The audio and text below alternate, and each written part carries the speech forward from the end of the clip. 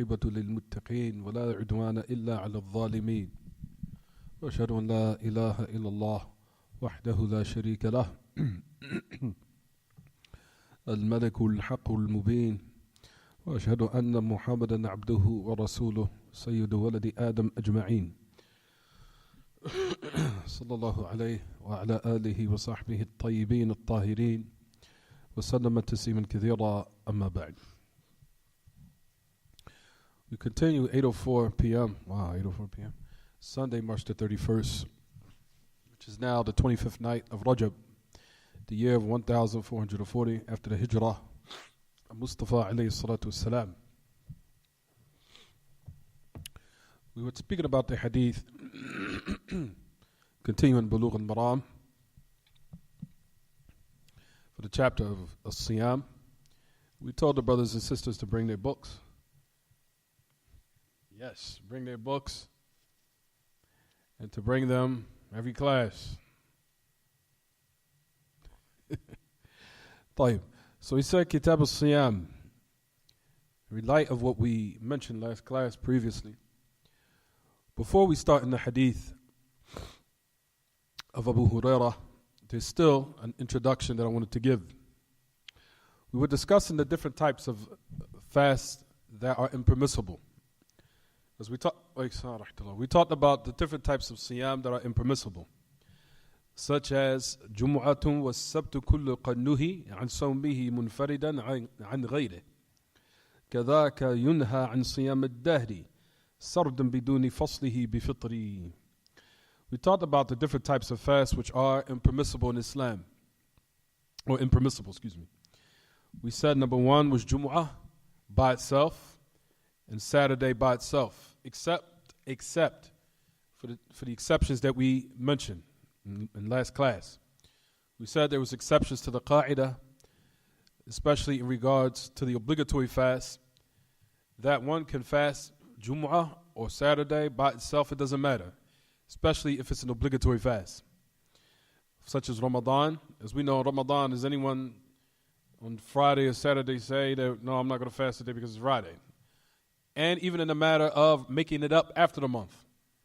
For one cannot say on Saturday, you cannot fast because it's Saturday. And the Prophet ﷺ prohibited that one fast Saturday. We said that contradicts the narration when the Messenger of Allah clearly said, as we talked about last class, he said, لا تصوموا يوم السبت إلا فيما افترضه الله عليكم.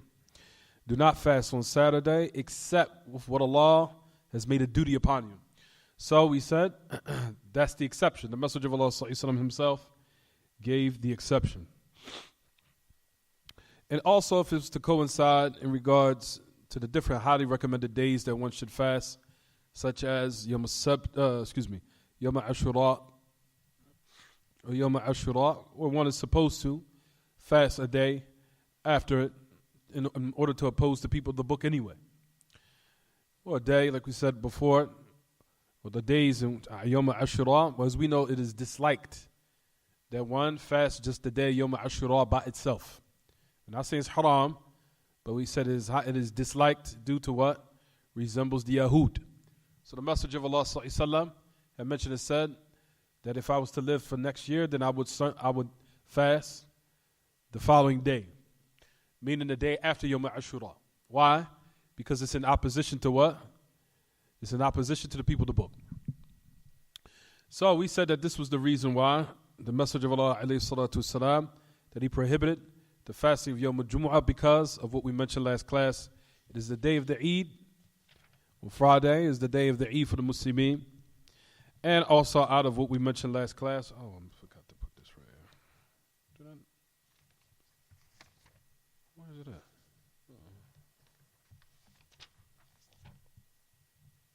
No, that's not it. There. طيب. There it is. So we said of what was the reason of not fasting Jumu'ah by itself. Like we said, just a voluntary fast, but there is exceptions to the rules, we said. So that's not just in absolute all cases. It's just for certain circumstances, such as a person just voluntarily fasting Yom al-Jumu'ah by itself, alone. And there's no particular reason why you want to do it. You're just saying it because I just volunteer. I just want to do something extra worship for Allah to draw close to Him. So this is the reason why I'm doing it specifically only on Jumu'ah. We said that is impermissible based upon the narrations that we mentioned. Such as when the Messenger of Allah ﷺ had entered upon Juwayriyah bint al-Hadith, that the Messenger of Allah ﷺ, he had asked, Asumti ams, did you fast yesterday? Meaning Thursday. She said, no. Aturidina an tasumi ghadan, do you want to fast tomorrow? She said, no. The Messenger of Allah ﷺ said, faftiri idhan, hence break your fast. The third, and we also mentioned last class, that the Messenger of Allah naha an-Nabiy sallallahu alayhi wa sallam an sawmi yawm al-Jumu'ah, qala na'am, zada ghayra Abi Asim an yanfarida bisawm. That the Messenger of Allah, did he prohibited fasting yawm al-Jumu'ah? He said yes. And Abu Asim al-Nabil, he increased and gave something extra clarification, where he said that a person singles the day of Friday out with fasting, meaning fasting it alone. Also, there's another wording which is extracted in Sahih Muslim, where it says, وَلَا تَخُصُّ لَيْلَةَ الْجُمُعَةِ بِقِيَامٍ مِنْ بَيْنِ اللَّيَالِي وَلَا تَخُصُّ يَوْمَ الْجُمُعَةِ بِصِيَامٍ مِنْ بَيْنِ الْأَيَّامِ إِلَّا أَنْ يَكُونَ فِي صَوْمٍ يَصُومُهُ أَحَدُكُمْ. He says, do not particularize the night of Jumu'ah with standing in prayer from the rest of the nights. Meaning that you what? Specify that specific night, that it has some, it's as if it has some what? Specific virtue. Do not specify Yom Jumu'ah with Qiyam, with the nights, or between, the rest of the nights, meaning that it should be your normal routine. Like if you used to pray every night, the Friday is the same thing as what you would habitually do for the prior nights you prayed it. Like it's nothing special about it. They don't think that there's some virtue about it specifically. In this also, this narration is a warning against innovations. It's as if the Messenger of Allah ﷺ is given a rule, a qa'idah, like don't specify a certain affair as if it's something special about it, when it's just like the regular normal days when you carry out your daily affairs or your daily duties. Do not specify it for it to be what? Something special about it. Especially what he's mentioning here. Do not specify the night of Jumu'ah with standing in prayer from the rest of the nights. And don't particularize or specify Yom al-Jumu'ah with fasting. Hence, in comparison with the rest of the days. Except that it's in a manner in which a person was fasting habitually and one of you are just fasting. Meaning from what you habitually do. And we said that all these are indications in text to show the impermissibility of singling out Jumu'ah with fasting and also its night of prayer to the end of it. Because Yawm al-Jumu'ah, is like we said, is the Eid for the Muslims. And we know that Jumu'ah does have a special virtue, no doubt. But however, it is out of fear that one would try to magnify, or this day would be magnified above the permissible what? Legislated affair, or the legislated had, or the actual boundary was been legislated that a person raises it above its level. So out of fear of that, like we mentioned, it said, Yawm al-Jumu'ah is the Eid for the Muslims, no doubt. But out of fear that maybe, perhaps, a person would now glorify this day above what has been legislated, the Messenger of Allah ﷺ had what? Prohibited that one single this day out with fasting or standing in the night in prayer, meaning for tahajjud. Is it clear what I'm saying, everyone? We talked about singling out Jumu'ah or singling out Saturday. We also talked about what they call Siyam al-Dahr. That's going to come again, don't worry. There's details in that's going to come in Buloogh Al-Maraam, don't worry. Also, like we said, talking about the third type of fasting that is impermissible, which is called Siyam al-Dahr. Siyam al-Dahr. The Siyam of, or consecutively fasting without breaking it. Consecutive days without eating or drinking, not breaking one's fast. Likewise, we said, is unlawful. What is also, like we said, and this is what we're going to discuss, but before that, we wanted to talk about something that we'll talk about in a minute, inshallah. Here in your books in Buloogh Al-Maraam, and this is what we're going to talk about soon. Do not precede Ramadan or do not start Ramadan by fasting with a day or 2 days, or 2 days before the month of Ramadan. Except a man that was habitually or accustomed to fasting, then let him fast that fast. And we'll talk about that, we'll get the details in it, don't worry. And he also, if you flip the page, or on the same page as some of you have in your copies, on the authority of Ammar ibn Yasir, that the Messenger of Allah sallallahu alayhi wa sallam said, "Man sama al-yawm alladhi yushakku fihi, faqad asa Abul Qasim." ذكر البخاري تعليقا to the end of it. It says, whoever fasts the day in which has doubt in it, meaning the day of doubt, is not clear, it's Ramadan yet. He says that he has disobeyed Abul Qasim. He's disobeyed the Messenger of Allah. طيب. So we said that these are the type of fast that is impermissible. Likewise, we did mention about the Sawm of the Eidain, fasting on the two Eids, or the holidays of the Eid, whether it be Al-Adha or Al-Fitr. It's also impermissible to fast those days. And likewise, Ayyam al-Tashriq, when one is making Hajj, on after the day of Nahr or Yom al-Nahr. After the day Yom al-Nahr, we're going to get details on that again too. Don't worry. There is an exception to that, which we'll talk about. As far as what they call the ritual Hajj al-Tamattu', there is a little exception to that. We'll talk about that later, inshallah. طيب. The point is now we want to speak about is in regards to Sha'ban. What is the ahkam in regards to Sha'ban? Sha'ban is about to start not too long, or in about a couple of maybe 5 days or 7 days approximately, that we're going to now start Sha'ban. طيب. Where we left off last week, or last class, we said the Messenger of Allah sallallahu alaihi wasallam had mentioned a narration where he said, إِذَا انْتَصَفَ الشَّعْبَانُ فَلَا تَصُومُوا. I'll read the narration completely. It says, إِذَا انْتَصَفَ الشَّعْبَانُ فَلَا تَصُومُوا حَتَّى يَكُونَ رَمَضَانَ. If you now reach the middle of Sha'ban, 15 days approximately 15 days has elapsed and passed by. In Sha'ban, you're in the middle of it now, middle of the month of Sha'ban. Do not fast until it is the month of Ramadan. We said there's this narration, number one, you need to check the authenticity of it. Some of Ahl Ilm do say it's da'if. Some of them do say it's weak. And from them who say it's sahih. And some of them who say that it is authentic is the great Imam Ibn Baz, rahimahullah. And also the great Imam Muhammad Nasiruddin al-Albani also said that the narration is authentic. The Imam al-Albani said it's authentic, and also the Ibn Baz, and other than them from Ahl Ilm, said that the narration is authentic. طيب. So we're talking about Sha'ban before we actually speak about the affairs connected with Ramadan, right everyone? Next month is Sha'ban. Next month is Sha'ban.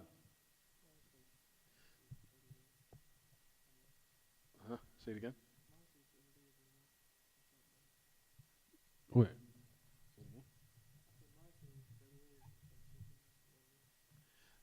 Jay. Right, next month is what, everyone? Right now we're in the 25th night of Rajab.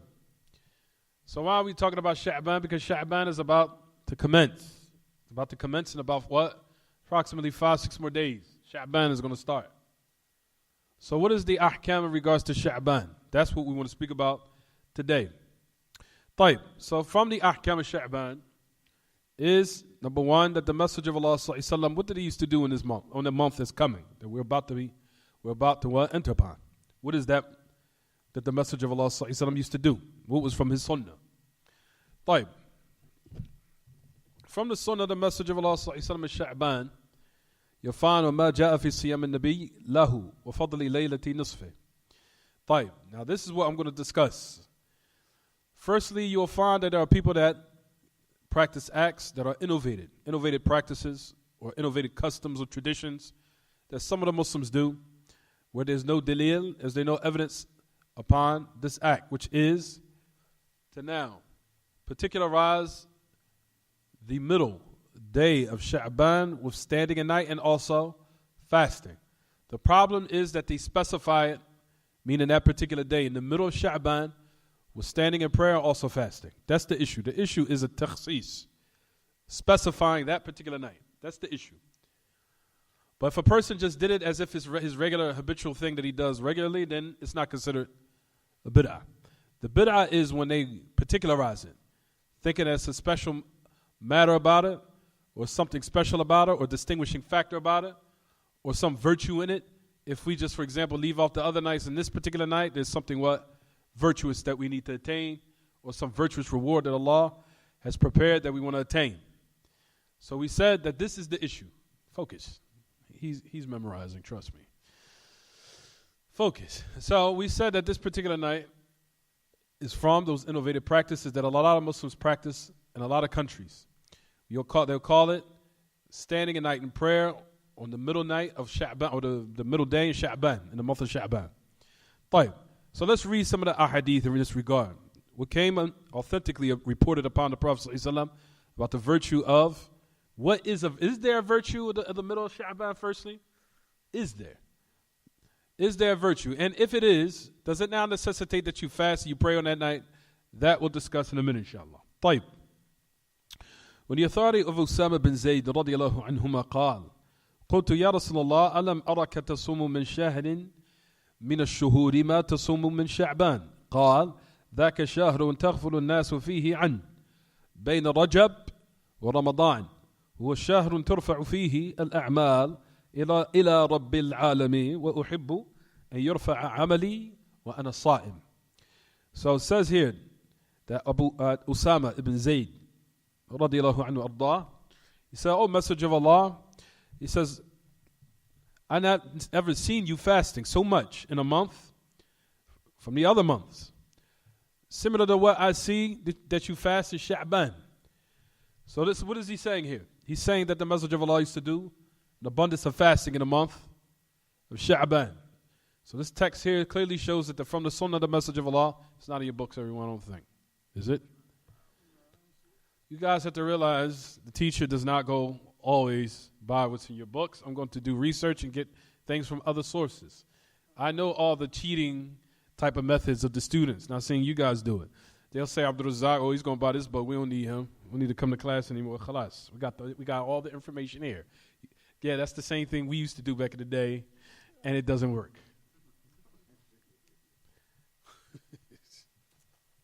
The same, everything, all the little games that the younglings play today, as they say, been there, done it. Okay? Rather, I think we were a little bit more slick than you guys, because the little kids these days are a little bit more out in the open with their slickness. But at any rate, everything that was done, it's been done before, and I know them very well. I just act like I don't know. But I'm very keen on what goes on. Trust me.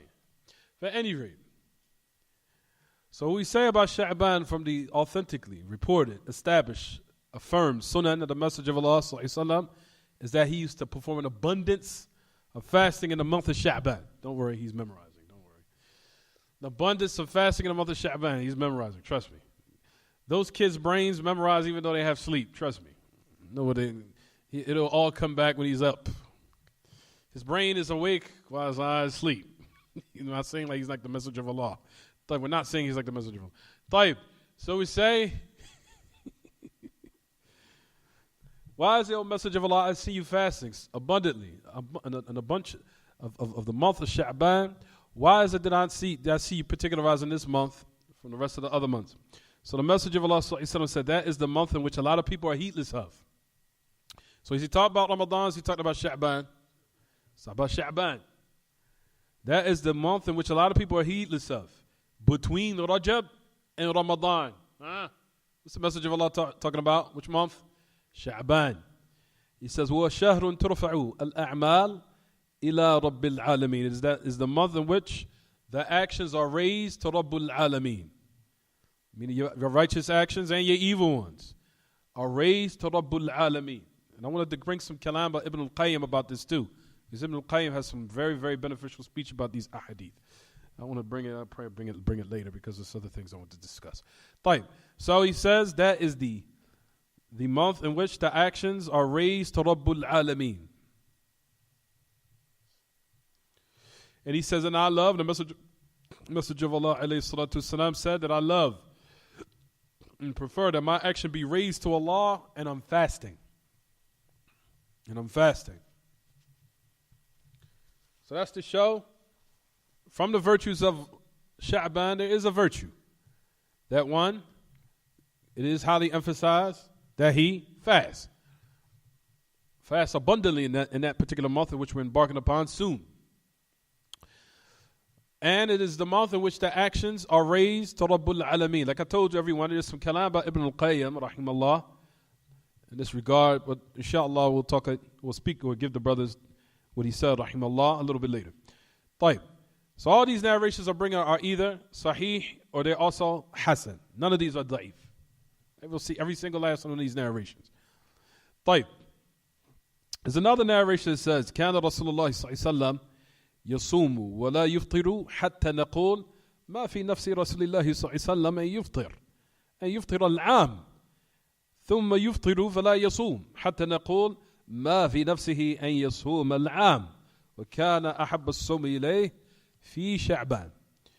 It says there's another narration in the authority of Anas ibn Malik, and this is Hasan li-Ghayri. It says that the Messenger of Allah صلى الله عليه وسلم, he used to fast so much ولا يفطر حتى نقول, that the Messenger of Allah used to fast to the point that we never seen him break it. He used to do it so much until we said there's nothing in the heart of the Messenger of Allah صلى الله عليه وسلم that he'll break his fast the whole year.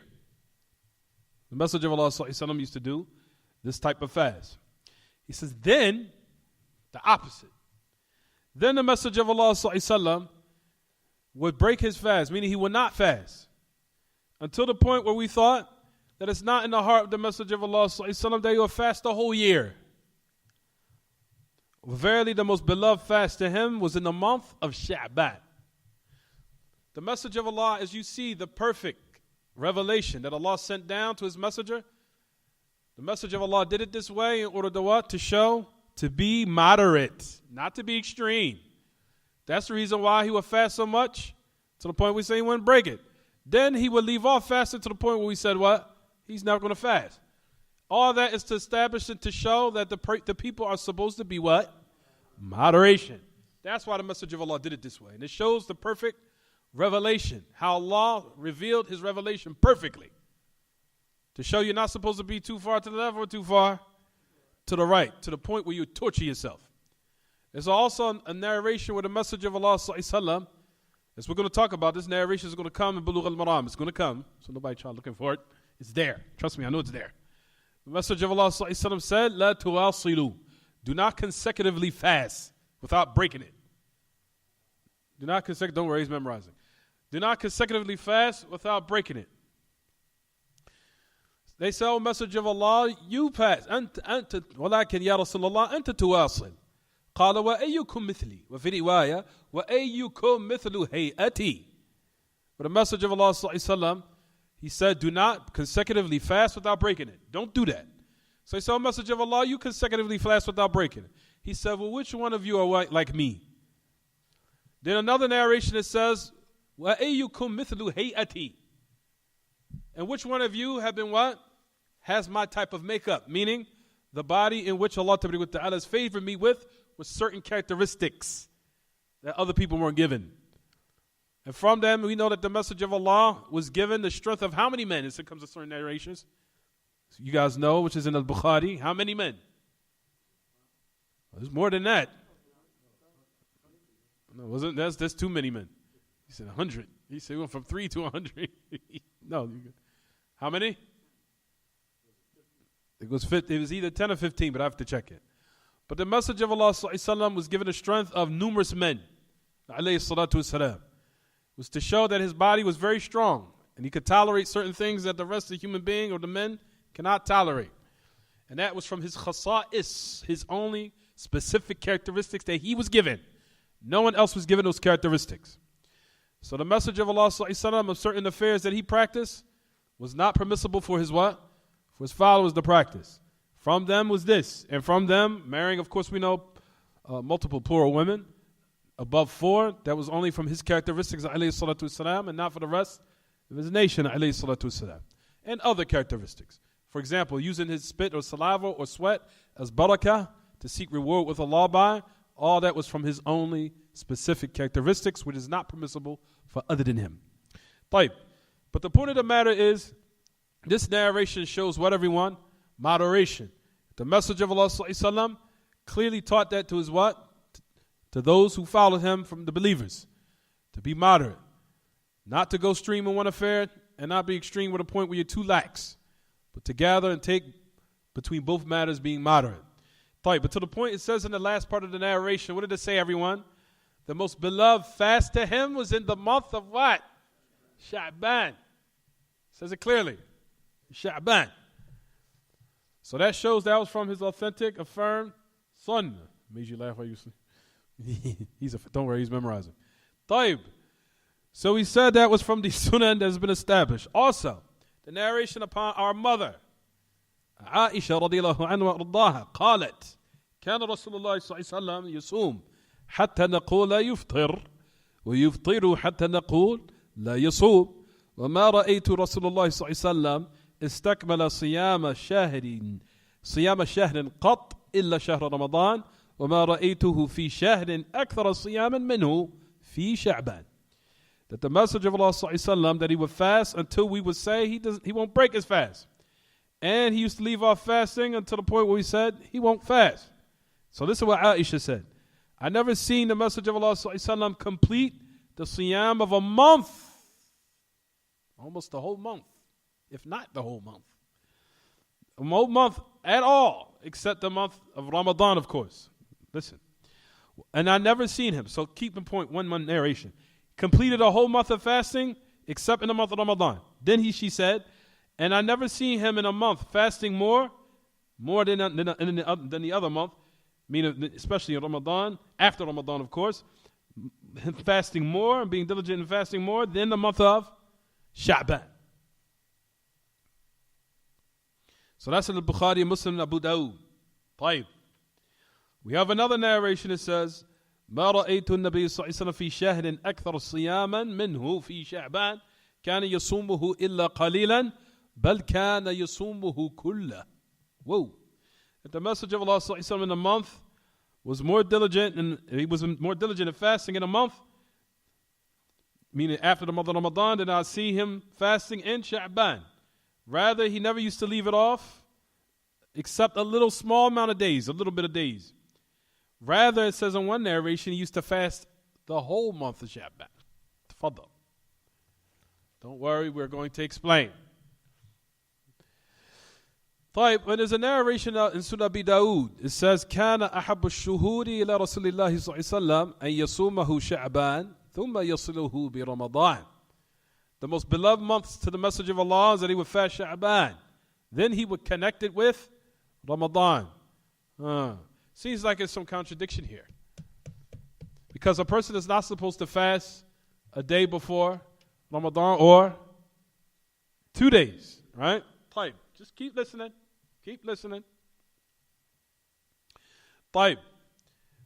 There's another narration where it says, لم يكن رسول الله صلى الله عليه وسلم لشهر أكثر صياما منه لشعبان كان يصومه أو عامته. This gives some more clarification. There's another narration where Aisha said that the Messenger of Allah صلى الله عليه وسلم, he never used to be for any month more of fasting the Sha'ban. He used to fast it or majority of it. Majority of it. Ammatahu. Majority of it. طيب.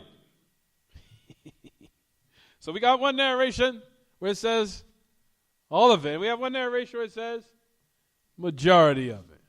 طيب. We're going to get to the answers, inshallah. La tasta'jilu. Do not be hasty. طيب. There's a narration where the Messenger of Allah صلى الله عليه وسلم, where he said, خُذُوا مِنَ الْعَمَلِ مَا تُطِيقُونَ فَإِنَّ اللَّهَ لَا يَمِلُّ حَتَّى تَمِلُّ. Oh man, I have to get into that too.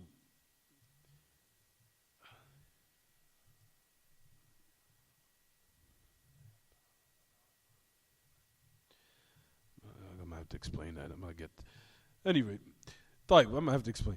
Take from actions and do actions which you're able to tolerate. Meaning what is in your ability.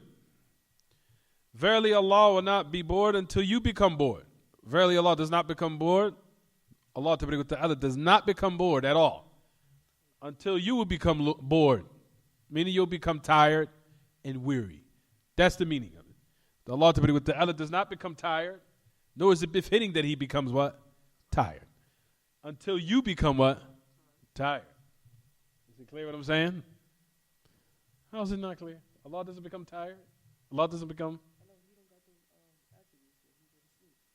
Absolutely. Don't worry. We'll explain, inshallah. If it hasn't soaked in, it'll soak in with both of you guys later. طيب. So this is what we say. وَكَانَ أَحَبَّ الصَّلَاةِ to the Messenger of Allah sallallahu alaihi wasallam. The most beloved prayer to the Messenger of Allah sallallahu alaihi wasallam was what? He says, وَمَا دُوِمَ عَلَيْهِ وَإِنْ قَلَّتْ وَكَذَا إِذَا صَلَّى صَلَاةً دَاوَمَ عَلَيْهَا. So the most beloved salat to the Messenger of Allah sallallahu alaihi wasallam, was it very long? Was it 4, 5, 6, 7 hours? Him standing very long? Listen to what he said. What she said, our mother. She said the most beloved salat to the Messenger of Allah of what was consistent. What was consistent? Even if it was something small, she said. وَإِنْ قَلَّتْ. Even if it was something small, minute. Is it clear? وَإِنْ قَلَّتْ. And if the Messenger of Allah prayed a prayer, he would be consistent upon it. He would continuously do it, meaning he would be consistent upon doing it. طيب. So that's one narration. There's also narration upon Salama, on our other mother, the great Sahabiya, our mother Salama. ما رأيت رسول الله صلى الله عليه وسلم يصوم شهرين متتابعين إلا شعبان ورمضان. I never seen the Messenger of Allah صلى الله عليه وسلم here. Now this is what she's saying. That she would fast 2 months consecutively, except Sha'ban and Ramadan. جيد. قلت لم يكن النبي صلى الله عليه وسلم. So I want to keep giving narrations. طيب. So that is to show that the Messenger of Allah صلى الله عليه وسلم, in one narration that he would what? One narration, the narrations we have, he said he would fast the whole month. And then we have narrations where it say he fasted majority of it. Majority of it. Jay. You'll find that Ahl Ilm say that the all of it in the Arabic language, kullu or kullun, the word all of, sometimes can come and linguistically in the Arabic language where it means majority. It can mean majority. Don't worry, but that's not the point of why I'm mentioning this, because I ain't want to leave off the point. طيب. That kull in the Arabic language could also mean, it could also mean majority of. Majority of. Depending on the context. Don't worry. I have to explain that, but I'll get that to a minute. But that's not the point. The point is here. طيب. So, عن معاذ بن جبل. Now this is the part I want everyone to be attentive of, right here. It says, and all these narrations are authentic that I'm reading.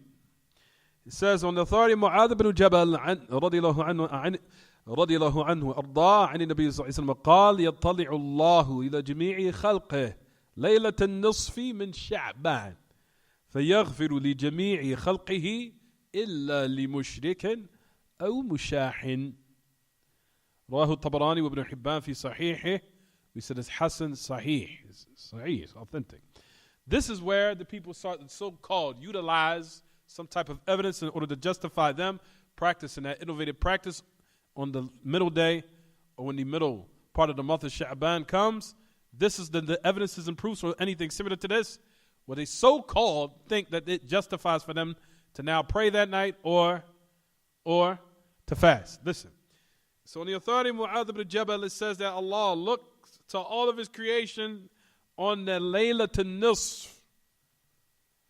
He says on the night of the middle, or the night of the middle of Sha'ban, on the middle night of the month of Sha'ban. And Allah forgives for all of the creation, except for a mushrik or a mushahin or a mushahin. What is mushahin? Mushahin, inshallah, we'll get into the explanation of it. But part of the meaning is someone who argues It has something personal. That's from the meanings. Don't worry, I'll give a little bit more details in this regard. Don't worry, I'm going to give it. Don't worry. طيب.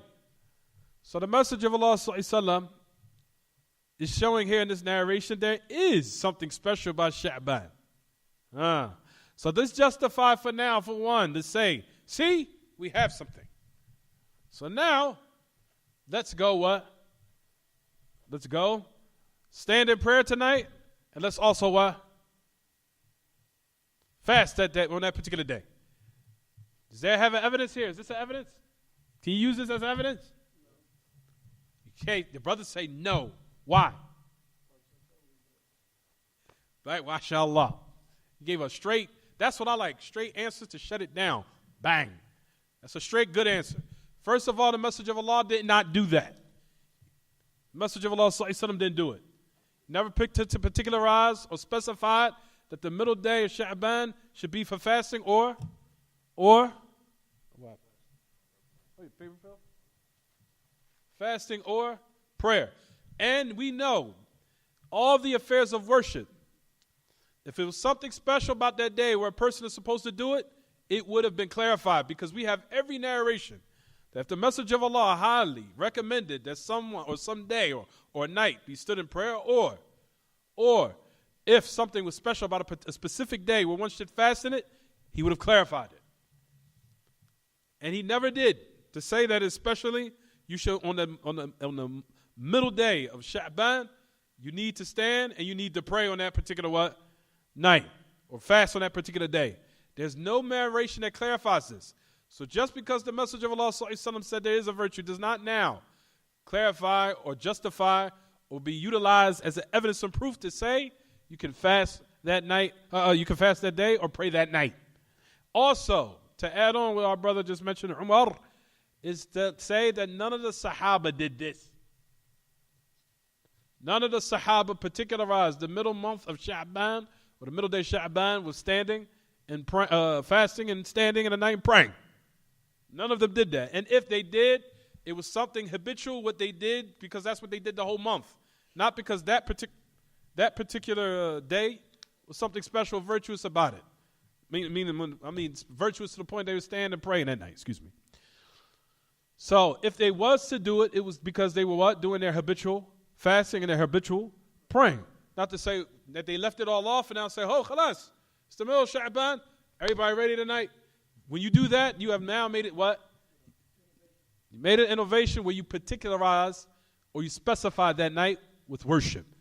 And we know that worship is the most sacred of affairs, and there's nothing that the Messenger of Allah was more diligent in clarifying, especially was the affairs of what? Of worship. He made that clear as the sun in the sky, because they're the most what? Sacred, and they're the most what? Dangerous at the same time. Anything we draw close to Allah by, the message of Allah in the affairs of worship, He made it clear as the sun in the sky of what you can do and what you what? Cannot do.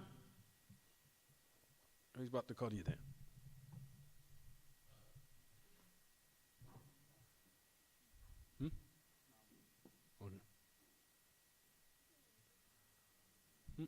Huh? Say. What happened? Give me your hoodie? Oh, go get your. Oh, you cold? I'm okay. Hey, that doesn't mean he's cold. Allah Akbar, Allah Akbar.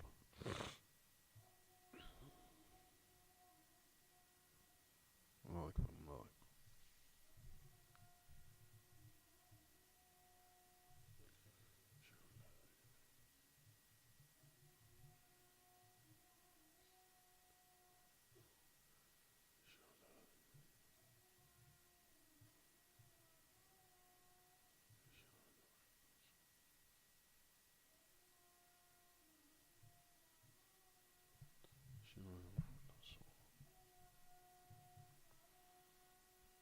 لا حول ولا قوة إلا بالله.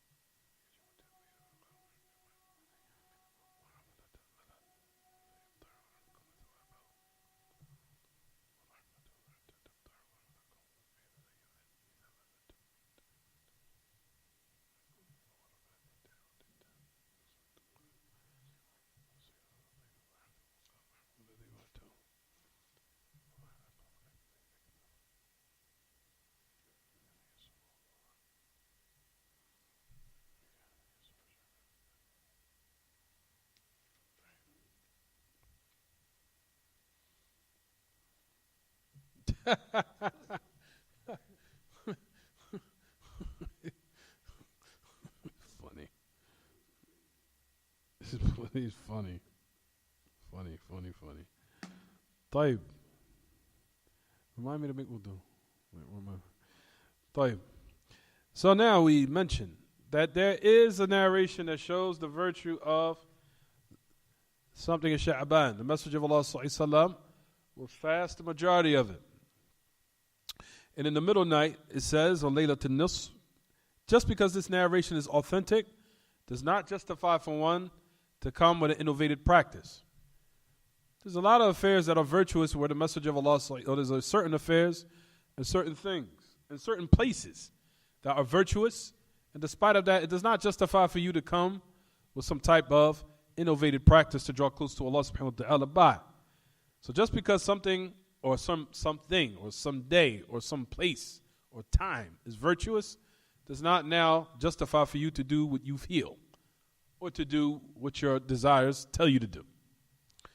طيب. So that's the first thing. So the details of so-called what the people utilize to justify what they do in the middle of Sha'ban, I'm going to read that. That's a little bit lengthy, a little bit detailed. But before we enter into that, I wanted to talk about something else. طيب, that brings us to now what we discussed from last class. Hey, that came that fast. I just realized it. Time for Isha came in that fast. طيب, so now that brings us to the next affair, which we stopped at last week. We said about, what about that narration where the Messenger of Allah said, if it becomes in the middle of Sha'ban, do not fast until it's Ramadan. طيب, how do we explain that? We explain that by saying, let him sit there. Don't go, Sheikh. تفضل, sit there. تفضل, sit there. No, go, sit. أنت أحق به من الولد.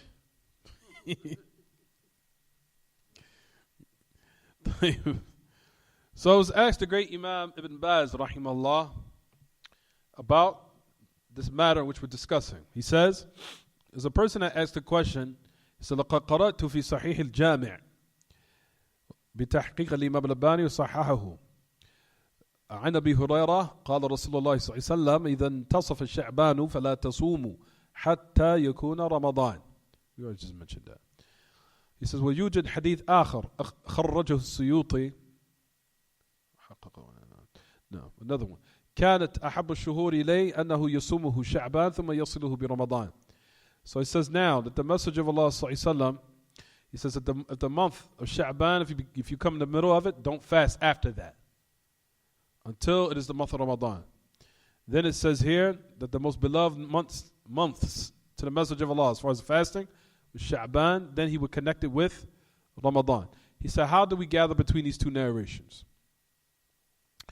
So the great Imam Ibn Baz that he mentions says, فَقَدْ كَانَ النَّبِيُّ صلى الله عليه وسلم يصوم الشعبان كله وربما صام إلا قليلا.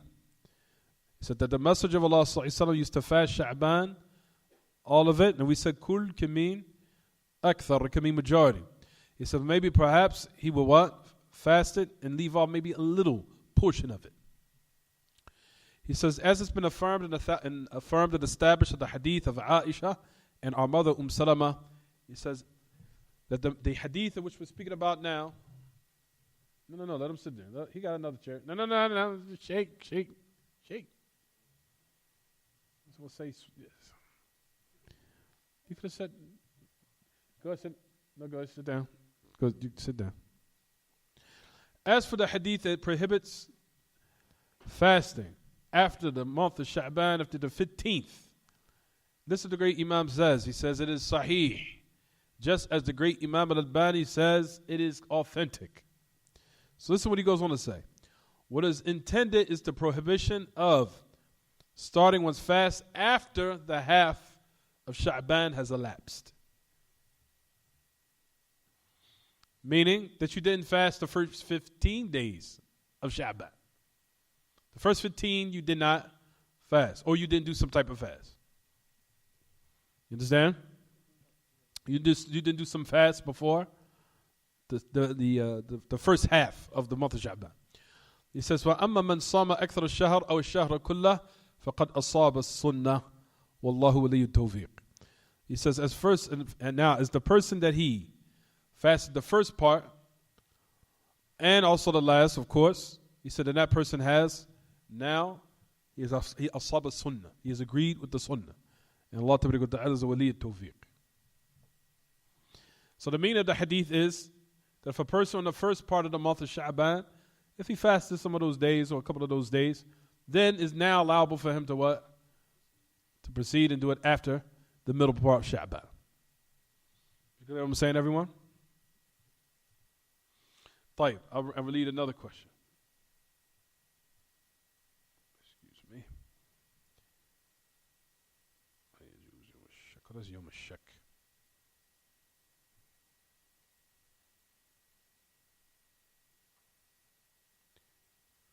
Oh, I didn't want to talk about this yet. طيب. That's so far as celebrating on the night of Sha'ban, or the middle part of Sha'ban. That's kind of lengthy. I don't want to talk about that right now. طيب. So that shows here that that's the meaning of the hadith. So firstly, number one, we said it is what? Authentic. Number two, if it's authentic, and that's what I lean towards, the authenticity of it, then one should what? Then one should fast some of the days before, or the first half of Sha'ban, fast some of those days, or if he can, do all of them, if he can, but fast some of those days in the first part, so it could be allowable for him to fast the second part. Is that clear what I'm saying? Or the second half. I didn't mean to say second part, but rather the second half of Sha'ban. Is it clear? So we know from the Sunan of Sha'ban, which will be in about 5 days, that the Messenger of Allah used to do an abundance of fasting. Even though you might find the great Uthaymeen says that hadith is da'if. He says da'if, you can fast whatever you want. But like we said, with me, the authenticity of it, it stands. But if you do read what the great Imam Ibn Uthaymeen says, he says it's da'if, it's weak. And he said to me it's weak based upon the narration of Imam Ahmed, where he said, even Imam, and he had a strong evidence for it. He said Imam Ahmed said it's da'if too. At any rate, no more or less that we do, and I've leaned towards it is authentic, and it's better for a person to do the first half, if he can, or some of the days in the first half. If he could do some of the second half, then that's also good. But do what you're able. Just try to do some of the days in the beginning and some of the days in the second half. And that will be, inshaAllah, agreeable with the sunnah of the Prophet ﷺ. Is it clear, everyone? طيب. So that's the first sunnah. The second one is, like we said, the Messenger of Allah did fast abundantly in his month. And also in the middle, there is a virtue. Where the one's actions in this month, in the month of Sha'ban, are raised to Allah. Like I said, there is some kalam by Ibn al-Qayyim about this. I want to speak about it later because we have to pray soon. طيب. Also, that brings us to now what we wanted to speak about today. Returning back to the book, don't worry everybody, I'm going to explain certain things in a couple of, probably next class. طيب. Get it back to the book. It says, do not precede Ramadan by a day or 2 days. And that day is called Day of Doubt. The Day of Doubt. That's what I was looking for. I cannot find it. You have to excuse me, everyone. There is something I want to read to you guys that will close the lesson out. It's in here. The Day of Doubt. No. Which is a day or 2 days before Ramadan. Just excuse me.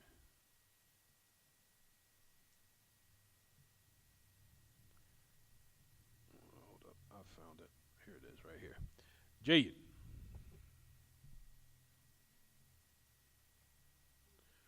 That is called the Day of Doubt. And I'm going to read quickly so we can stop because I know the brothers are a little bit tired. طيب. That is what we're going to talk about next class. As someone will try to use the narration of Abdullah bin Umar, we'll discuss that in a minute. So the Messenger of Allah said, do not proceed Ramadan by a day or 2 days. Except, so the Messenger of Allah gave it a what? An exception. He said, except the man that habitually used to do his fast, then let him fast that fast. What does he mean by that? Meaning, just to keep everything simple for everyone. That you're fasting a fast that you habitually do, or you're or habitually and are acclimated to doing. With your niyyah not for Ramadan. That's the what? That's the criteria right there. The criteria is right here. that you're fasting in Sha'ban with the niyyah that you're doing a fast that you're habitually accustomed to doing all the time. That's your norm. And it's also for Sha'ban, not for Ramadan. So let's just say now that a day or the last days of Sha'ban, maybe the day before Ramadan started or the day before, you was fasting, for example, Mondays and Thursdays. That's something you habitually do. And it happened to fall on what? A day or 2 days prior before the month of Ramadan. Does that person now did something impermissible? Did he do it? No. Why? Because he's doing something that he's habitually used to or accustomed to what? Doing. And his niyyah is not for Ramadan. Jayyid. Is it clear?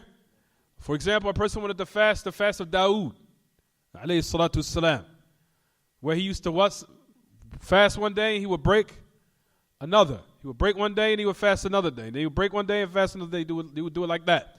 Let's just say that person is accustomed to doing that until it now wandered down to the last days of Sha'ban, rather the last final days of Sha'ban. And the person that's accustomed to doing that, it happened happened to now fall on those particular days right before Ramadan started. So once he did that, here do we say it's haram? You fasted the day of Shak, ya akhi, taqillah. Huh? We say, no, I did not fast the day of Shak. The day of Shak is I'm having the niyyah just to fast for Ramadan out of safety precautions measures, or taking safety measures or precautions measures. So I'm fasting for Ramadan just in case tomorrow will be Ramadan or today is Ramadan. That is what we're speaking about. That is impermissible. You can't do that. Is it clear what I'm saying? Because your intention is for Ramadan. Intention is for Ramadan. But if it's a fast that you're habitually used and accustomed to doing, whether it be, for example, fasting on Mondays or Thursdays, or let's just say you combine today's between Saturday and Sunday, or Friday, Saturday, Sunday, or what have you, and I happen to agree with those particular days, which is a day or 2 days prior before Ramadan, then we say that it is what? It is permissible. It is permissible. طيب. So that is the meaning of what we're mentioning here. So it says here in the hadith that the Messenger of Allah, the great Imam Fawzan, that he mentioned, it goes on to say here, he says exactly what we're mentioning. That I'm about to stop. It says, do not precede Ramadan by a day or 2 days. This is a prohibition from the Messenger of Allah sallallahu that a person start fasting the month of Ramadan before its inauguration, yani before it comes in. For example, a person would say that I want extra good. You know, a lot of people that do things incorrect, this is what they like to say a lot of times. I want to do some extra good. فَأَصُومُ يَوْمًا أَوْ يَوْمَيْنِ قَبْلَ بِدَايَةِ الشَّهْرِ إِلَى نِهَايَتِهِ وَنِهَايَةِ الشَّهْرِ فَنَهَى النَّبِيُّ صلى الله عليه وسلم عن ذلك يعني هذا زيادة على ما أوجب الله وهو بدعة والبدعة هو إحداث شيء في الدين لم يشرعه الله فلا يجوز أن يصام قبل رمضان بيوم ويومين على أنهما من رمضان فهذا من البدع الإضافية. So he goes on to say what حفظ الله ورعاه. For a person would say, I just want extra good, so I'll fast 1 day or 2 days before the month begins, all the way up to the end. The Messenger of Allah prohibited that. Because, why is it prohibited? A person would say, well, what's the prohibition? I don't understand. The person wants extra good for Ramadan. What's the problem? He said, because this is something extra upon what Allah made an obligation. And it is an innovation. And innovation is to bring about a newly invented matter in a religion. Allah did not legislate. He did not legislate. So it's not permissible by that day or those 2 days be that a person fasts before Ramadan by a day or 2 days. Upon it being, or those 2 days being for Ramadan. That is from those additional innovations. He said, then the Messenger of Allah, of course, gave the exception. We already just discussed that. Alhamdulillah. So that's to show that what? It's the same thing as if a person says, it's Salat al-Fajr. I want extra good. I think 2 is not that much. I want to do 3 for Fajr. Well, how would you look at that person? He's lost his mind. Person says, Fajr 2 rakats is too easy. I want to do 4 rakats for Fajr. What do we say? You have came with a what? Innovation. and you're innovated, the thing that you're doing that you're so-called. Shaitan is utilizing your emotions and you wanting extra good to play with you. So now you're brought an affair that Allah did not legislate. For example, a person would say, I want to pray Dhuhr 2. I'm tired today. I'm a little bit weary. I want to take a break today. So let's pray Dhuhr 3. Or let's just say I want to pray Maghrib 4. I think 3 for Maghrib is, that's why we got to pray 3. I want extra good. I want to pray 5 for Maghrib. 3 is too small. I want 4. I want to pray 4 rakats for Maghrib. We say that ziyada, that extra is what? Is considered innovation. And that's the same thing that's applicable to here. A person say, I want to do extra good for Ramadan. So I want to start day 2 days before Ramadan starts. Some extra good. We say the exact same thing. You come in with an affair, that's what is considered an innovative practice. It's not permissible to do that. There's some other details I wanted to speak about, but inshallah, bi'idhnillah, will suffice for what we mentioned today. طيب هذا وصلى الله وسلم وبارك على نبينا محمد وعلى آله وصحبه وسلم تسليما كثيرا إلى يوم الدين. سبحانك اللهم وبحمدك وأشهد أن لا إله إلا أنت وأستغفرك وأتوب إليك. Anything about the lesson?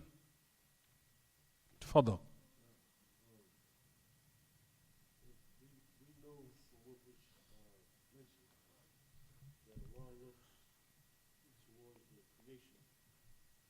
All of the creation. He looks at all of the creation. On the middle night of Sha'ban. Or the middle day, middle night. Mm-hmm. So if one was to perform this ibadah like fasting and stuff like that, would he need the niyyah to fast like before Fajr? Because it's not obligatory. Yep. He would need it. Yes. Needs a niyyah for that. He needs an intention for that. That's like I said, on the condition that you're doing something that's habitual. That's your habitual fasting. You cannot particularize the middle Sha'ban with worship or fasting or recitation or what have you. No, I mean all the way up to that point. Yeah, you need a niyyah before Fajr. Anything else? Tafadhal, Camden. Say it again. Dua. The fasting of Dawood. Exactly. You understand properly. Jayyid. Fasting and breaking every other day. That's the fast of David, of Dawood. Which means duration. I don't know. Allahu A'lam, I have to check. Any other questions? Anything else? I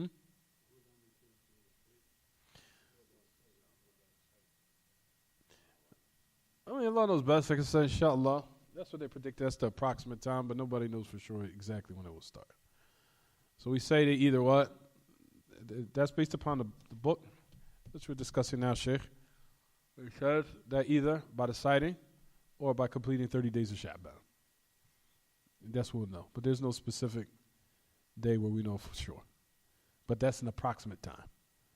Because everything is based upon the sighting or based upon completing the 30 days of Sha'ban. Mm-hmm. So we're going to discuss that, inshallah. It's in the book. Tafadhal. So could we have the sighting of the moon before the 30 days complete Sha'ban? It could happen. It could happen on the 29th day.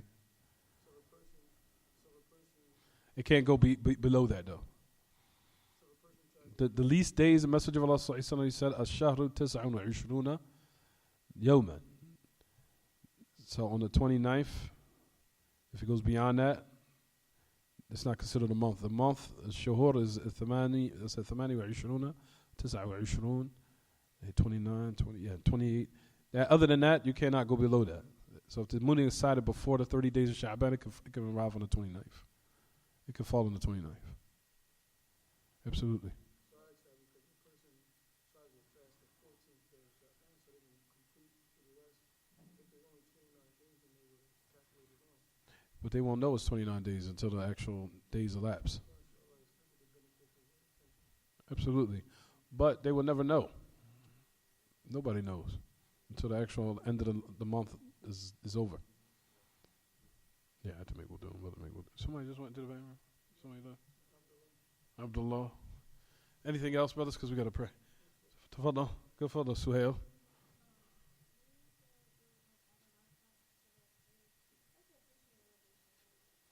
What you say? Innovation? It's called additional innovation. Absolutely. You added something onto what's already been established. It's called bid'ah idafiyya. You have bid'ah idafiyya, you have bid'ah what, everyone? Asliya. You have a bid'ah that's in its initial, it's a bid'ah. You have something that's been added on to something that's been established. And the prayer has been established, and you add something onto it. That's called an additional innovation. So an affair that's already been established. We'll talk about that next class, inshallah. Anything else? He's memorizing.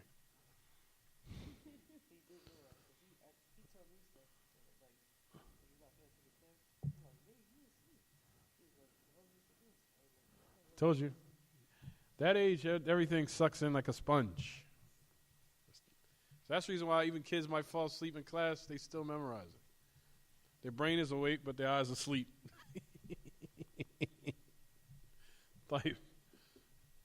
صلى الله وسلم وبارك على نبينا محمد وعلى آله وصحبه. سبحانك اللهم وبحمدك أشهد أن لا إله إلا أنت أستغفرك وأتوب إليك.